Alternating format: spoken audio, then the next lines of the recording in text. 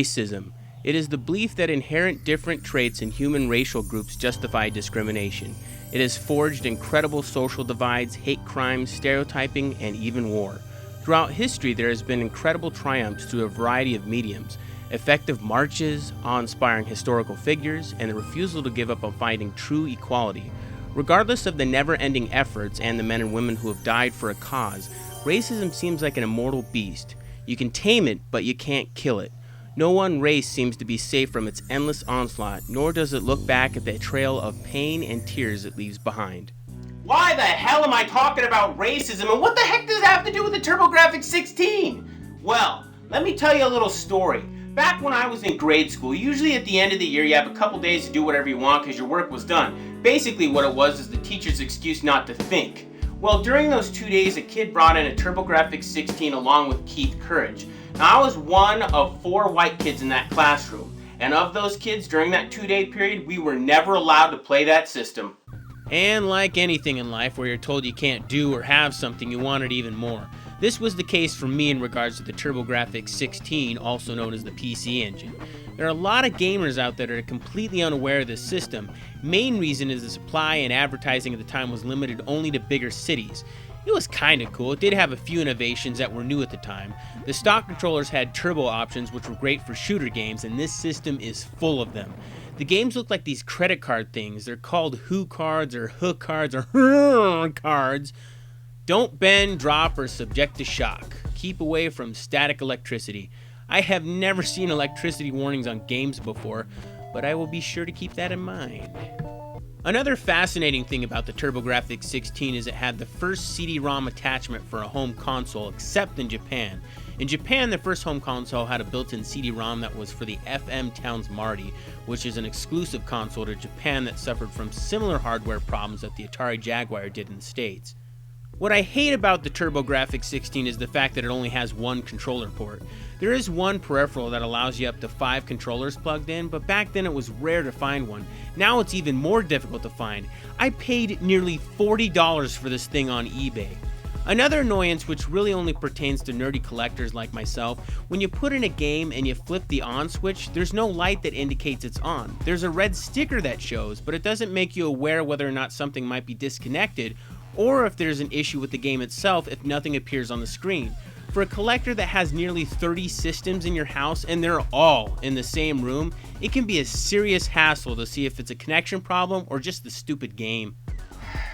It's been a long time. Let's just get this over with. First up, Bloody Wolf. So the premise is the president has been kidnapped and you've got to save him. Data East sure has a thing for saving kidnapped presidents, and Bad Dudes for the NES it's the same way, and just like in that game, the president is not worth saving enough to send out an entire army. Instead, they're just sending out one guy, which I guess makes sense because it was around the time of the George Bush Sr. administration. The game reminds me a lot of Ikari Warriors, but not as good. Enemies do these melodramatic poses when you kill them, and they're just so generic. Despite being told you're here for the president, you'll save like 1 million hostages along the way. On foot, the controls are pretty damn stiff. When you're on the motorcycle, the game takes a dive into a giant pile of shit. If you just push left or right or whatever, you're instantly turned. It's like you're locked on a grid or something. What the hell? I can't move. What the f***? Get the f***! While you're wearing a Tanuki suit!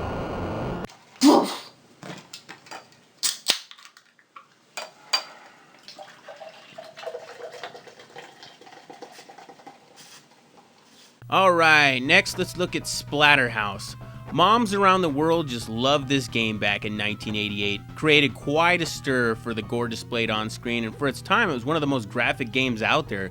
The original arcade version was actually much more graphic than the console versions. Funny to think how many people were outraged by it in the 80s, that now we have games that are sometimes more graphic and offensive than the movies we produce. The music is still great to listen to and does a great job maintaining the horror theme. Many of the enemies are still awesomely disgusting and full of twisted imagery.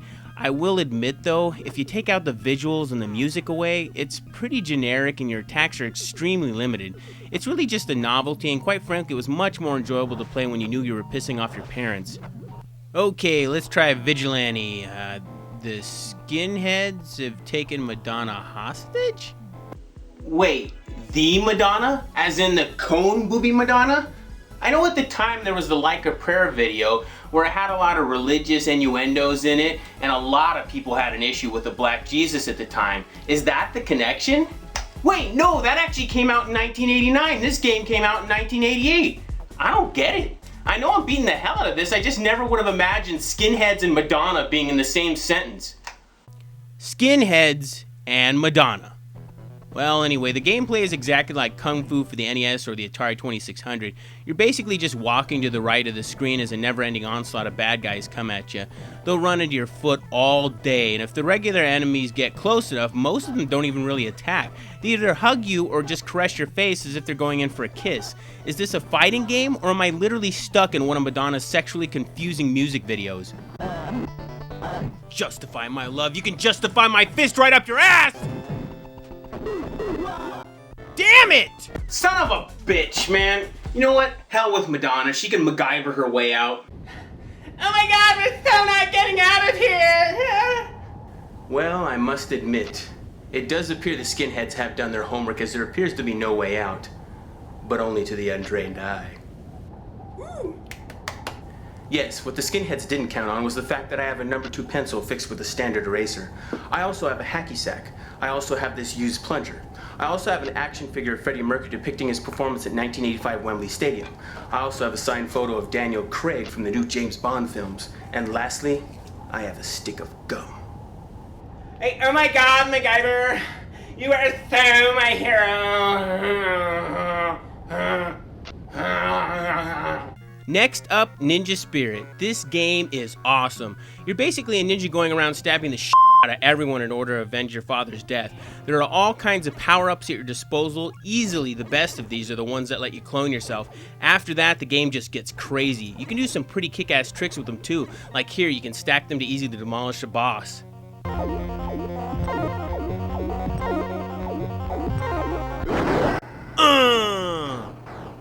It's also worth noting that Electronic Gaming Monthly magazine gave their first perfect 10 to Ninja Spirit. World Class Baseball. Yeah, this is stupid. Here's a good one, Kadash. It's essentially a side-scrolling RPG. You can choose between 4 characters, a mage, a priestess, a fighter, and a ninja. In the version for the Sega Mega Drive, you can only choose between 2 characters, the fighter and the mage, which is really odd since the Genesis was a superior machine. It's a blast just going around with a friend and collecting treasures you level up. My favorite is the fighter because he has thunder thighs that look like 2 little pigs fighting over a piece of bacon. Oh, look at those thighs, baby! She's got legs! She knows just how to choose them! She never begs! She knows just how to choose them! She's holding legs! Wondering how to feel them!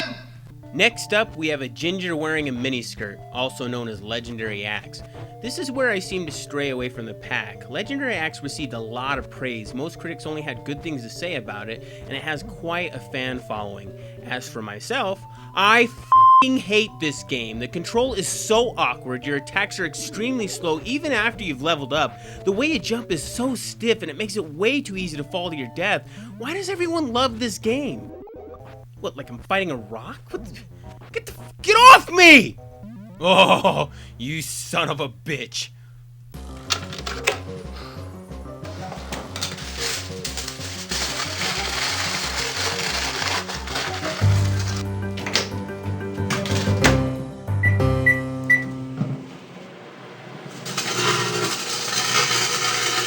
As I kind of touched on before, the Turbografx 16 had a reputation for tons of shooter games. Most of them were just clones of other popular titles. The shooters that stood out to me the most was Ordyne, which allows you to purchase upgrades and of course poop green bombs everywhere. There's also Aeroblasters, which is probably the hardest shooter I have ever played. If you beat this game without so much as a single curse word, you are a god. The absolute hands-down best shooter on the Turbografx 16 was Blazing Lasers. The nice thing is most people seem to agree. There are all kinds of power-ups and so much action on the screen that it can get pretty hectic. It was a perfect example of what the system had to offer and what it could do. So it all comes down to this, Mr. Keith Courage. It's been 22 years, but now I'm walking out the victor. Yes, this is the game they wouldn't let me play. Here's the setup. Keith's planet is struck by a meteor and a bunch of evil monsters called beastly alien dudes, or BAD, come crawling out. Now Keith is a member of the Nations of International Citizens for Earth, or NICE, and is sent to kill these guys. That's right, it's nice versus bad. Now that might seem stupid, but that's because it is. Each level consists of 2 parts, an overworld and an underworld. The overworld sucks. You move slow, your sword looks like a little twig, you jump like you're on the moon. Other than buying stuff, the overworld is seriously pointless and feels more like a punishment. Why does this part have to exist? What the hell is half the anyway? An evil Hello Kitty, heat-seeking rocks, Danny DeVito, a fucking monkey head, a fat blister-headed guy, Willy Wonka? It's like a circus of all the creepy shit that all the other games on the planet thought weren't good enough for their enemy lineup. As for the underworld, you get to wear a Nova suit, you move faster, and the gameplay is actually enjoyable. The jumping is better in here, but you better be committed to that jump you make. Take Super Mario Bros. When you jump, you can pull back on the D-pad, letting your character come back and make it easier to position yourself. In Keith Courage, after you've jumped, if you pull back on that D-pad for even a fraction of a second, you'll fall down in a straight line. Considering how many pits there are, chances are the straight line will land you into some spikes. When it comes to the underworld, with all its action and flashy colors, this was the first game I ever played where I finally understood why those epilepsy warnings are listed in the instructions. A lot of years of frustration, and we are now down to the final boss. What the hell? Aren't you gonna do anything? What the heck? Did I hit some weird glitch or something? Oh, I know what it is. This game is fully aware of my anger and fears it so much it's just gonna sacrifice itself to me. Fine with me.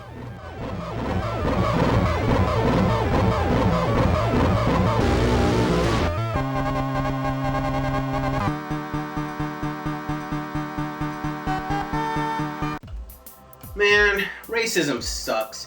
And the last place you should ever see it is in a video game. I mean, we all play video games for the exact same reasons. It's fun, and it lets us escape from our lives. Why? Because our lives suck. Video games lets us be the things we never got to be in life. You know what we need? We need a Martin Luther Gamer Jr. Yeah, that'd be awesome.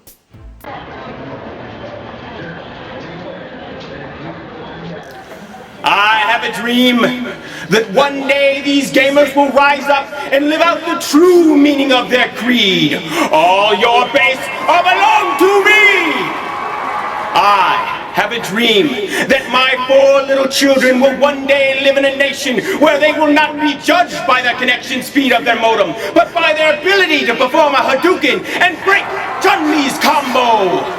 I have a dream today. I have a dream that one day little Sega fans and little Nintendo fans will be able to hold hands with little Panasonic fans and Atari fans as gamers of the world unite. I have a dream today. So let freedom ring out from Koopa's castle. Let freedom ring from the mighty mountains that Pac-Man has conquered. And when this happens, when we allow freedom to ring, when we let it ring from every controller, when we let it ring from every cartridge, we will be able to speed up that one day when all of Nintendo's children, black men and white men, Marios and Luigis, Bugs and Sonics, will be able to join hands and sing in the words of the old gamer spiritual. Free at last, free at last. Big Sega Almighty, we are free at last!